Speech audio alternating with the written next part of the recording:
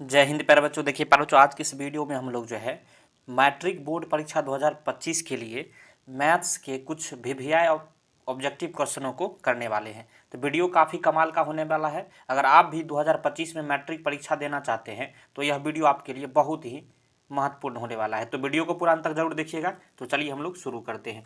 देखिए प्रश्न संख्या पहला है, कह रहा है निम्न में कौन अपरिमेय नहीं है। प्यारे बच्चों, क्या प्रश्न पूछ रहा है कि निम्न में जो है कौन अपरिमेय नहीं है।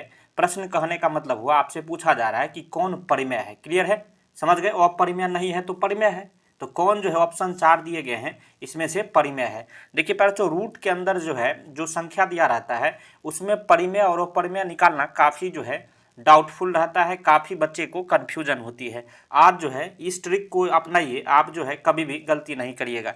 समझिए, जो रूट के अंदर जो संख्या होती है अगर उसका मान निकल जाता है पूरा पूरी रूट से बाहर तो वह जो है परिमेय होता है।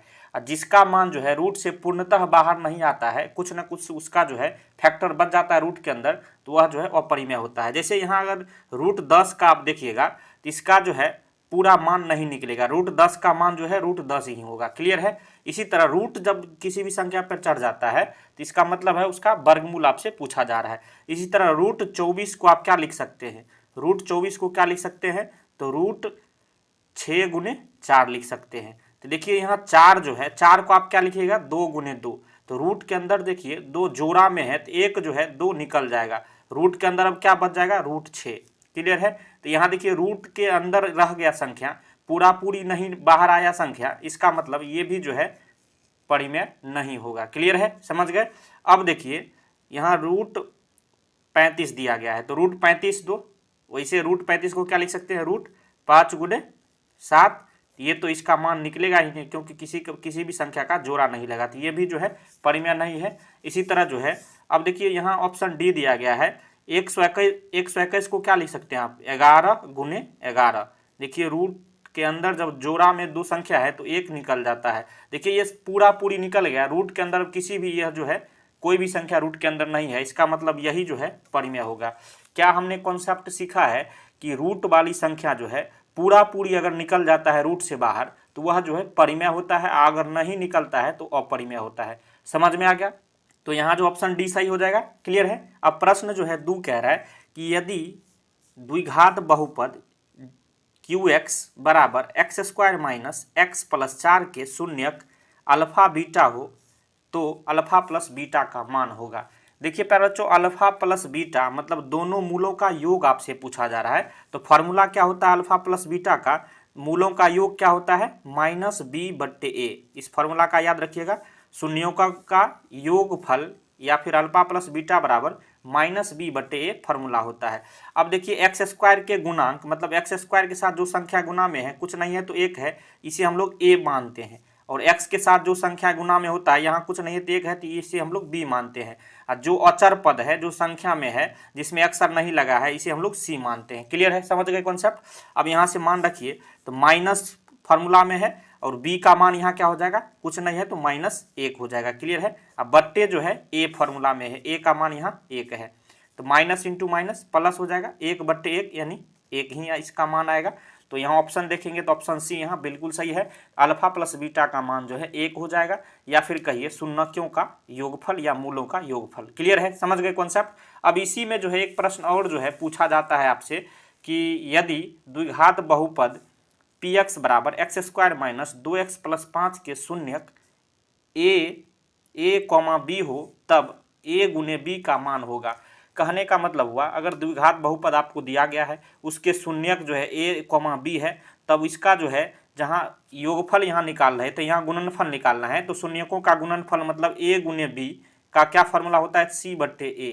शून्यकों का गुणनफल यानी c/a। क्लियर है। तो c जो क्या हो जाएगा, हम क्या बताए हैं, ये जो है c होगा 5, अब बट्टे a क्या हो गया, x² के गुणांक कुछ भी नहीं है तो 1, तो 5/1 यानी 5 ही होगा। तो ऑप्शन ए यहाँ बिल्कुल सही हो जाएगा। अब चलिए जो है इसके जो है चौथे प्रश्न की ओर हम लोग चलते हैं। देखिए पहले जो प्रश्न 4 क्या कह रहा है, प्रश्नों को जरा गौर से पढ़िए। कह रहा है कि एक रैखिक समीकरण का घात होगा। एक रैखिक समीकरण जो होता है उसका घात यानी पावर क्या होता है पर बच्चों, तो रैखिक समीकरण का जो है घात 1 होता है। क्लियर है। द्विघात समीकरण का 2 होता है, त्रिघात समीकरण का 3 होता है और रैखिक समीकरण का 1 होता है। याद रखिएगा कॉन्सेप्ट। ये भी प्रश्न जो है आपके बोर्ड में पूछा जाता है, काफी महत्वपूर्ण ये भी प्रश्न है। प्रश्न 5 आपसे पूछा जा रहा है कि एपी दिया गया है सीरीज, देखिए 4, 10, 16, 22, 28, डॉट डॉट डॉट का सार्व अंतर होगा। सार्व अंतर कहने का मतलब हुआ डी का मान आपसे पूछा जा रहा है। तो डी का मान कैसे निकालते हैं पहले तो आपको कॉन्सेप्ट पता होगा। डी का मान जो है कैसे निकालते हैं, A2 माइनस A1 या फिर A3 माइनस A2 या फिर A4 माइनस A3। इस फॉर्मूला की मदद से आप जो है डी का मान आसानी से निकाल सकते हैं। तो देखिए पहला जो टर्म होता है जहां से शुरू हुआ संख्या, इसे हम लोग A1 मानते हैं, इसे A1 बोलते हैं। दूसरा को A2, तीसरा को A3, इसी तरह चौथा को A4 और पांचवा को A5। तो A2 माइनस A1 मतलब 10 में से 4 आपको घटा लेना है। तो 10 में से 4 आएगा, क्या बचेगा पर बच्चों, 10 में से 4 आएगा तो ये जो है 6 बच जाएगा। देखिए हर जगह बराबर ही आएगा। अब A3 माइनस A2 भी निकालिएगा तो A3 यहाँ देखिए A1 A2 A3 ये हो गया, A3 में से A2 घटाइएगा यानी 16 माइनस 10 करिएगा तो इसका भी देखिए 6 ही आएगा, हर जगह बराबर आएगा। इसी तरह A4 क्या हो जाएगा, 22 में से 16 आपको घटा लेना है तो 22 माइनस 16 इसका मान 6। देखिए हर जगह बराबर आएगा। इसीलिए आप जो है जब आपको सार्व अंतर निकालने के लिए बोला जाता है तो डायरेक्ट A2 माइनस A1 आप निकाल सकते हैं। अगर मन हो तो एक और चेक करने के लिए A3 माइनस A2 भी कर लीजिएगा, लेकिन यहीं भी अगर करते हैं यहाँ भी तो यहाँ जो है आपको आसानी से सार्व अंतर यानी डी का मान निकल जाएगा। तो क्या हो जाएगा पर बच्चों जल्दी से बताइए, ऑप्शन बी यहाँ बिल्कुल सही हो जाएगा। क्लियर है, समझ में आ गया। अब देखिए प्रश्न 6 आपसे पूछा जा रहा है कि बिंदु जो है 2,3 एवं इसी तरह -2,3 के बीच की दूरी आपसे पूछा जा रहा है। पर बच्चों दो बिंदु दिया गया है, एक बिंदु जो है 2,3 है, दूसरा बिंदु -2,3 है। इस दोनों के बीच की दूरी आपसे पूछा जा रहा है, ये पूछा जा रहा है। पर बच्चों ये दो बिंदु है और इसके बीच की ये दूरी मान लीजिए ये डी पूछा जा रहा है आपसे। क्लियर है, तो कैसे निकालते हैं, क्या फॉर्मूला होता है दूरी का, तो डी बराबर √x2 माइनस x1 का whole square plus y2 minus y1 का होल स्क्वायर, ये फार्मूला होता है। यहाँ सभी का मान आप रख दीजिएगा। अब देखिए पहला जो होता है ये x1 होता है और ये y1 होता है, ध्यान दीजिएगा। ये जो है दूसरा जो है x2 और दूसरा y2, पहले x होता है उसके बाद y होता है, ध्यान रखिएगा इस चीज को। तो यहाँ देखिए x2 माइनस x1 है तो x2 का मान -2 है, -2 फिर माइनस यहाँ फार्मूला में है x1 का मान 2 है, इसका स्क्वायर रूट जो है पूरा है plus y2 minus y1, y2 का मान क्या है 3 फिर माइनस y1 3। क्लियर है, तो यहाँ से अगर देखिएगा आप समझिए यहाँ तो -2 और -2 क्या होगा, -4 का स्क्वायर, -4 का स्क्वायर करिएगा -4 का स्क्वायर हो जाएगा, फिर प्लस और 3 में से 3 गया तो 0 का स्क्वायर, तो 0 का स्क्वायर जीरो होता है तो -4 का स्क्वायर करिएगा प्लस 16 हो जाएगा, प्लस 16 में 0 जोड़िएगा 16 रहेगा। तो 16 का वर्गमूल क्या होता है, तो 4 इसका निकल जाएगा, यही इसका फाइनल आंसर है। तो यहाँ से देखिएगा दो बिंदुओं के बीच की दूरी ऑप्शन बी जो दिया गया था 4, ये बिल्कुल सही हो जाएगा। क्लियर है, समझ में आ रहा है। अब चलिए हम लोग चलते हैं अगले प्रश्न की ओर। सारे ही प्रश्न पर बच्चों भी आया है तो वीडियो को पूरा अंत तक जरूर देखते चलिएगा। अब देखिए पहले जो प्रश्न 7 कह रहा है कि बिंदु 2,3 की दूरी मूल बिंदु से, ध्यान दीजिएगा मूल बिंदु से होगी। देखिए जब भी जो है कोई बिंदु दिया रहे और मूल बिंदु से अगर आपसे उस दूरी पूछे तो डायरेक्ट जो संख्या दिया है, कॉन्सेप्ट याद रखिए, जो दो नंबर दिया है दोनों का स्क्वायर करके जोड़ दीजिए। जैसे 2 है तो 2 का स्क्वायर कर लेंगे, 3 है तो 3 का स्क्वायर करके जोड़ लेंगे। तो 2 के स्क्वायर क्या हो जाएगा 4 प्लस 3 का स्क्वायर 9, तो 4 9 4 13। देखिए बहुत ही आसान है, ऑप्शन सी यहाँ बिल्कुल सही हो जाएगा।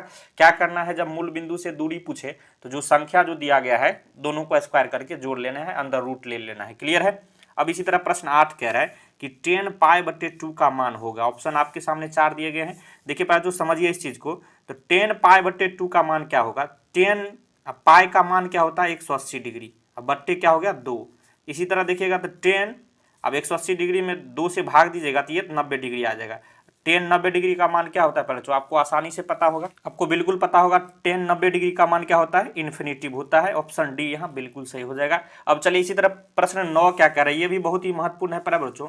कह रहा है कि सेक स्क्वायर थीटा -1 का मान है। सेक स्क्वायर थीटा -1 का मान क्या हो जाएगा पर बच्चों, यहाँ देखिए सेक स्क्वायर थीटा -1 का जो है मान क्या हो जाएगा 10 स्क्वायर के बराबर हो जाएगा। देखिए क्या फॉर्मूला होता है, तो sec square theta -10 square theta बराबर क्या होता है 1 होता है। इस फार्मूला को याद रखिएगा, काफी ये महत्वपूर्ण प्यारे बच्चों फार्मूला है। आपको हमेशा जो है इसका यूज आपको त्रिकोणमिति में देखने को मिलेगा। सेक स्क्वायर थीटा है यहाँ, अब फिर 1 को इधर ले आएंगे तो माइनस में आ जाएगा और टेन स्क्वायर इधर भेजेंगे तो प्लस में हो जाएगा। इसी तरह यहाँ देखिएगा इस तरह से सेक स्क्वायर थीटा 1 को इधर लाएंगे तो साइन चेंज होगा, प्लस है तो माइनस, बराबर टेन स्क्वायर की इधर भेजेंगे तो इसका भी साइन चेंज होगा, तो ये माइनस में है तो प्लस में। तो देखिए यही आपसे पूछा जा रहा था, सेक स्क्वायर थीटा -1 बराबर क्या हो जाता है, टेन स्क्वायर थीटा। क्लियर है, समझ में आ गया, ये फॉर्मूला है, याद रखिएगा। अब देखिए प्रश्न 10 कह रहा है, ये लास्ट प्रश्न है, वृत्त के केंद्र पर बना कोण होगा। देखिए पहले जो वृत्त जो होता है, ये वृत्त होता है, इसके केंद्र पर बना कोण कितना होता है, तो याद रखिएगा 360 डिग्री होता है। वृत्त के केंद्र पर बना कोण 360 डिग्री होता है। ये प्रश्न डायरेक्ट आपसे पूछा जाएगा बच्चों। तो इस तरह से जो है इस वीडियो में हमने जो है टोटल 10 ऑब्जेक्टिव प्रश्न बताए हैं, जो कि काफ़ी जो है वीवीआई है और वायरल प्रश्न है बच्चों। अगर वीडियो आपको पसंद आया हो तो लाइक करिएगा, और 4 इस तरह का वीडियो आपके पास आए तो इस चैनल को जरूर सब्सक्राइब कर लीजिए, क्योंकि इस तरह का महत्वपूर्ण वीडियो आपको हमेशा मिलता रहेगा।